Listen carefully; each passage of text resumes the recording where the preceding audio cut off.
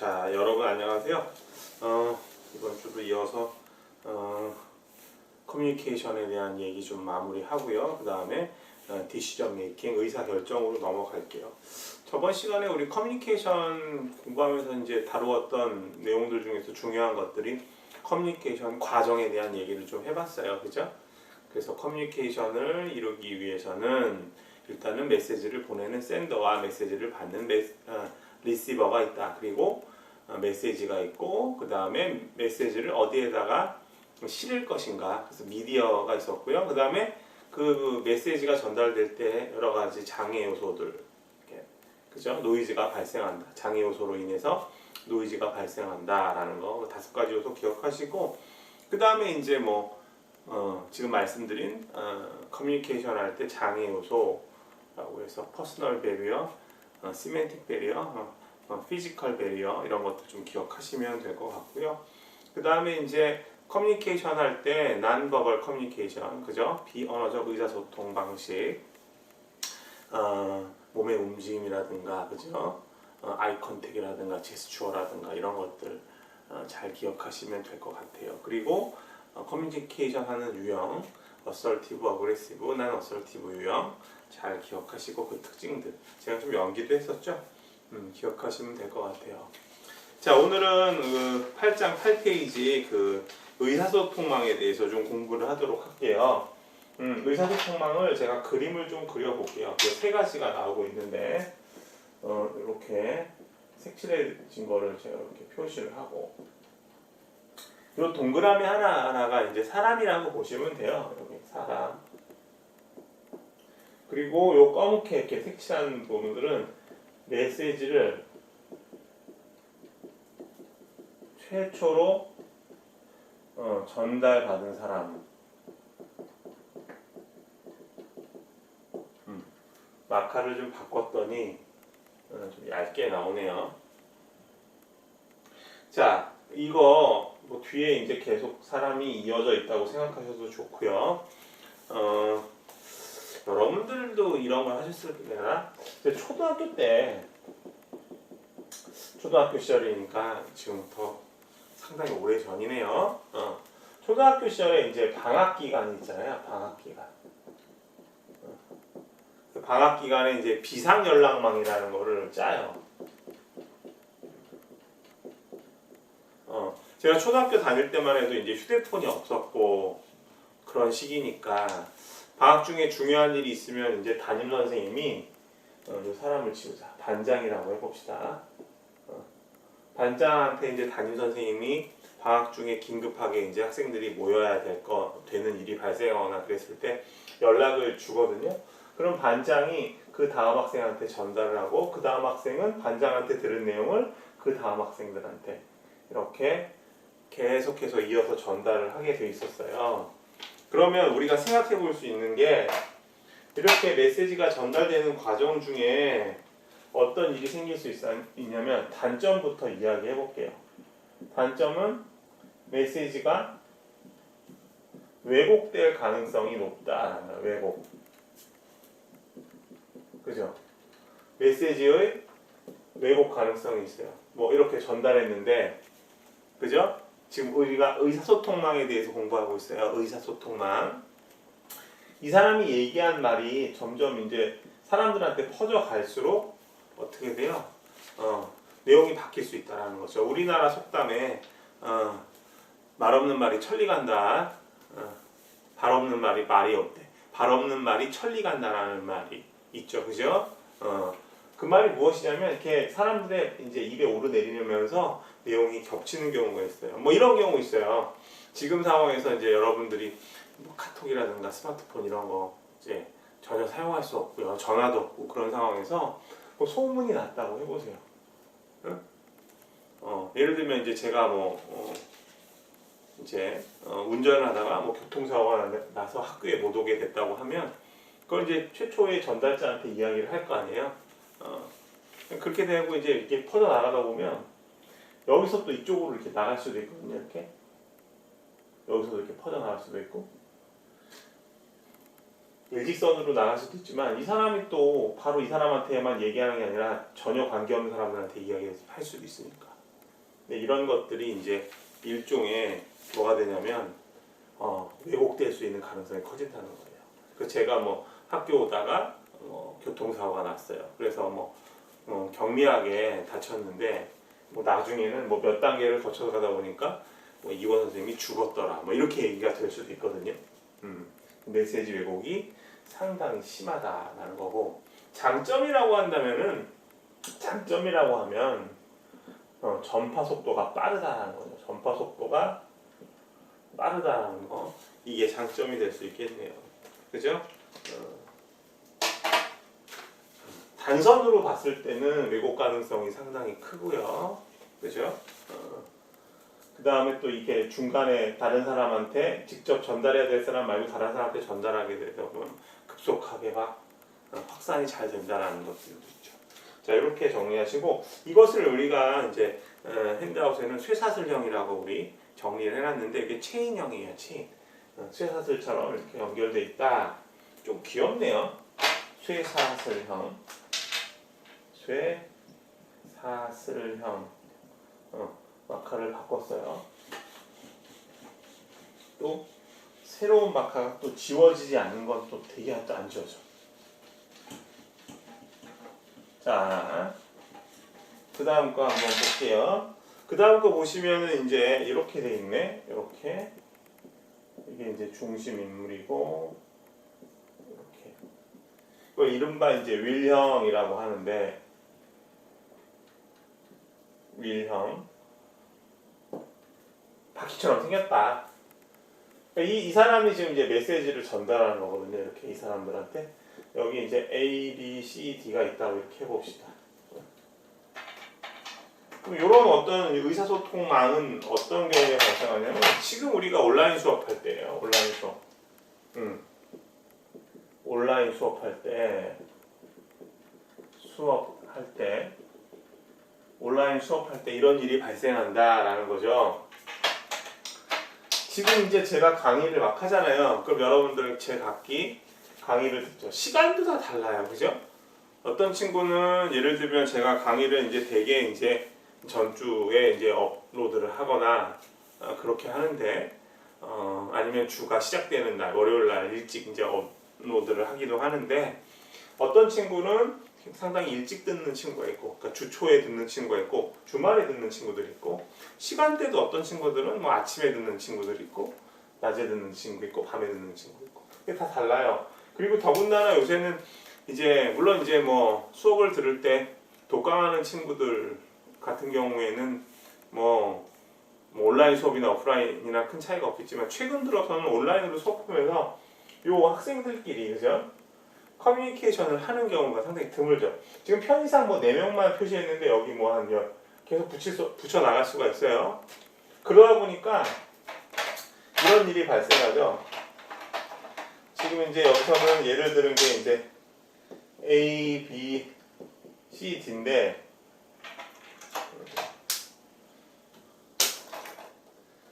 이 A, B, C, D가 능력이 다 다르잖아요. 그죠? 능력 수준이 다르다. 그러니까 예를 들면 이 친구는 이해력이 상당히 좋은 친구고, 이 친구는 이해력이 좀 떨어지고요. 이 친구는 뭐 경영 수업을 많이 들었어요. 그리고 이 친구는 좀 다른 수업을 또 많이 듣고, 나이도 다르고 경험도 다르고, 그러다 보니까 똑같은 내용이 전달돼도 이해하는 수준이 다르다. 그죠? 자, 메시지의, 그죠? 메시지 이해 수준이 다르다라는 게 큰 차이점이죠. 왜냐하면 서로 다르니까. 그죠? 그래서 이런 커뮤니케이션은 이 사람이 똑같은 메시지를 한 번에 말했어도 받아들이는 정도가 다 다를 수밖에 없다. 바꿔서 얘기하면 이해하는 게 다르다. 그죠? 그래서 똑같은 이제 강의를 듣고 여러분들이 이제 시험 공부를 할 때 나중에 이제 이제 채점을 하다 보면 여러분들이 작성하는 답안지가 차이가 많이 나요. 왜냐면 개인의 능력 차이가 발생할 수 있으니까. 커뮤니케이션 스타일도 다르고요. 그죠? 그래서 이렇게 되는 이유는 뭐냐면, 이 멤버들끼리 전혀 컨택이 없다. 그죠? 컨택이 전혀 없다. 난 컨택이 일어난다 라고 우리가 이야기해 볼 수가 있죠. 그죠? 전혀 접촉이 없다. 그리고 이 사람이 일방적으로만 커뮤니케이션 한다. 이 중심 인물이 상호작용이 없다라는 거죠. 그죠? 자, 그런 어떤 단점이 있다라고 보시면 되고요. 세 번째 거 한번 볼게요. 세 번째 거는 많이 본 것 같은데 이런 형태 어디서 봤더라? 요거는 일단 제가 별을 하나 그려볼게요. 이렇게 이것도 또 잘 안 나오네.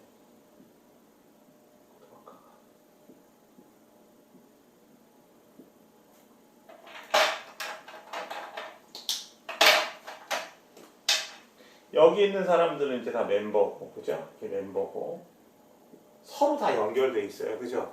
이른바 올 채널형이라는 말을 써요. 모든 사람들이 다 연결이 돼 있다. 그래서 메시지를 이제 동시에 받고, 그죠? 동시에 받고, 그 다음에 서로 커뮤니케이션을 하는 거예요. 예를 들면 여기 이제 A, B, C, D, E가 있다. A가한테 B한테 다 연결이 되죠. A는 지금 E, D, C, D, B도 마찬가지로 B, E, D, C로 다 연결되니까 서로 긴밀한 커뮤니케이션을 할 수 있다. 그죠? 그러니까 결론적으로 봤을 때 팀제에 적합하다. 우리 7장에서 공부한 내용을 보면 팀제에 적합하다라는 걸 우리 알 수 있어요. 그죠? 모든 멤버들끼리 긴밀하게 의사소통을 하고 공동에 몰입을 한다라는 거. 커먼 커미트먼트가 이루어진다. 그리고 필요한 경우 여러 가지 스킬을 보완적으로 사용할 수 있다. 그리고 성과가 집합적으로 날 수 있다. 목표에 이르는 길. 집단적으로 우리가 생각을 해서 같이 모여서 해결하려고 한다. 개인으로 생각하지 않는다. 결과에 대한 책임을 짓는다. 뭐 이런 특징들이 있었잖아요. 팀이. 이렇게 정리해 보시면 될 것 같아요. 자, 그래서 커뮤니케이션은 이 정도로 이제 정리를 하고요. 그 다음에 우리 의사 결정에 대해서 우리가 한번 공부를 한번 해볼게요. 오늘은 여러분들이 괜히 느낌상 수업을 열심히 듣는 것 같아요. 자, 거기 9페이지 그림을 한번 봅시다.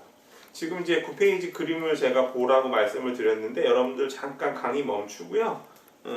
제가 뭐 그려놓은 게 있는데 그걸 한번 보세요. 저도 한번 써볼게요. 여기 보면은 이제 펑셔널 유닛이라고 그래서 기능 단위 부서들이 오른쪽에 쭉 나와요. 저는 그냥 한글로 쓸게요. 프로듀싱은 생산에 관련된 부서, 생산 및 제조하고 관련되는 부서죠. 제조도 써볼까? 그 다음에 셀링은 이제 뭐 판매에 관한 거니까 뭐 마케팅이라든가 영업 관련된 부서고요. 퍼스넬은 인사. 그 다음에 마지막으로 파이낸스는 뭐 재무나 회계 뭐 이런 부서들일 것 같아요. 그 다음에 밑에 보면은 이제 매니지먼트 펑션이죠. 여기는 그죠?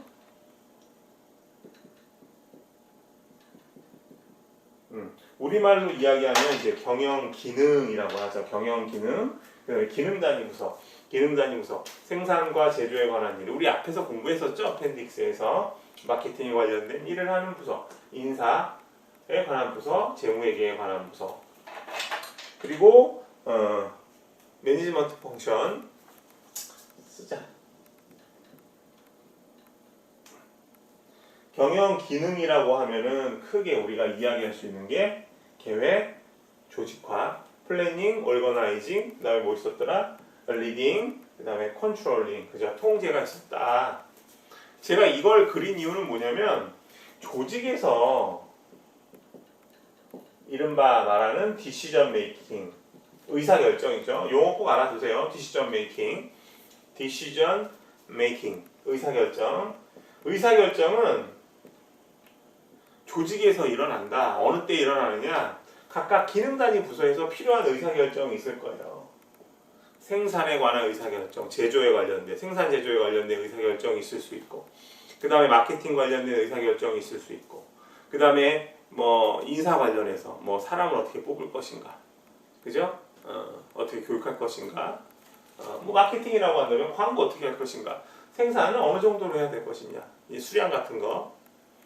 재무 쪽에서는 뭐 이제 그 회사 살림에 관한 이야기를 하겠죠. 어떻게 돈을 쓸 것인가.